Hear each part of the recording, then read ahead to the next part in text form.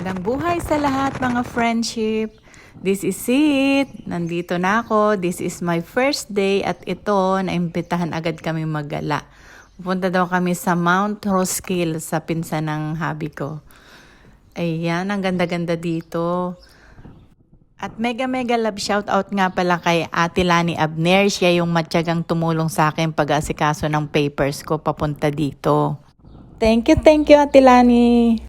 At mega love shoutout din sa aking mga viewers dyan, sa mga kawaiti ko, at sa lahat-lahat ng mga subscriber, at sa mga hindi pa nakasubscribe, please subscribe.